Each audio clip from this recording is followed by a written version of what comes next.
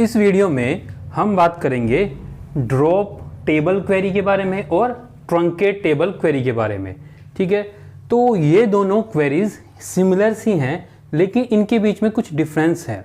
ठीक है, तो हम मानते हैं कि हमने यूज़ किया क्रिएट टेबल एम्प क्वेरी, जिसके अंदर एम्प्लॉय आईडी इंटीजर टाइप है, प्राइमरी की है, एम्प्लॉय का नेम है, फ़ोन नंबर है, सैलरी है और पिन कोड है। ठीक है, पिन कोड यहाँ से हटा देते हैं, हम यूज़ कर लेते हैं एड्रेस को। Address varchar 30। ठीक है, तो ये हमने यूज़ किया। तो जब ये क्वेरी एग्जीक्यूट होगी, इसकी वजह से एक टेबल क्रिएट हो जाएगा। Employee ID, employee name, phone number, salary और address. Employee ID primary key है। ठीक है, तो इसके बाद हम मानते हैं कि इसमें कुछ रिकॉर्ड्स भी ऐड किए गए हैं। 1 2 3 नेम डाल दिया, फ़ोन नंबर डाल दिया, सैलरी और एड्रेस। इंसर्ट क्वेरी की हेल्प से ये सब इंसर्ट हो गए। ठीक है, तो एक टेबल यहाँ पर बना है और सेम टेबल यहाँ पर बना है। तो ड्रॉप क्वेरी से पहले हम देख लेते हैं ट्रंकेट टेबल को। तो ट्रंकेट टेबल क्वेरी का सिंटैक्स है ट्रंकेट टेबल कीवर्ड और टेबल का नाम। ठीक है, तो अब ये क्वेरी करती क्या है? तो जब हम ट्रंकेट क्वेरी को एग्जीक्यूट करते हैं तो ये क्वेरी टेबल के सारे रिकॉर्ड्स को डिलीट कर देगी। ठीक है, टेबल के सारे रिकॉर्ड्स को डिलीट कर देगी। तो जैसे अगर यहाँ पर ये एक टेबल है, ठीक है, चलो ये देख लेते हैं, ये एक टेबल है।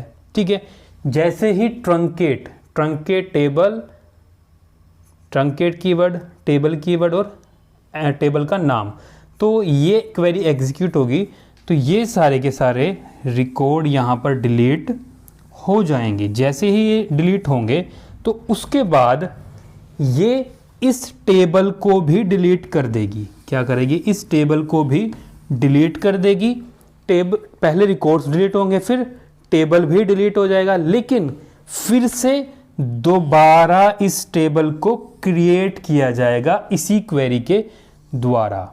ठीक है, तो एम्प्लॉय आईडी, एम्प्लॉय नेम, उसके बाद आ गया आपके पास फ़ोन नंबर, फिर सैलरी और उसके बाद एड्रेस।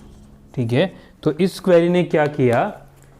पहले तो सभी रिकॉर्ड्स को डिलीट किया, फिर पूरे टेबल के स्ट्रक्चर को, टेबल का स्ट्रक्चर का मतलब क्या होता है? सिर्फ हमारे पास जो एट्रीब्यूट्स या कॉलम है उनके नाम और उनकी डेटा टाइप और उनके ऊपर क्या क्या कंस्ट्रेंट है, ये कहलाता है टेबल का स्ट्रक्चर। क्या है ये? Table structure.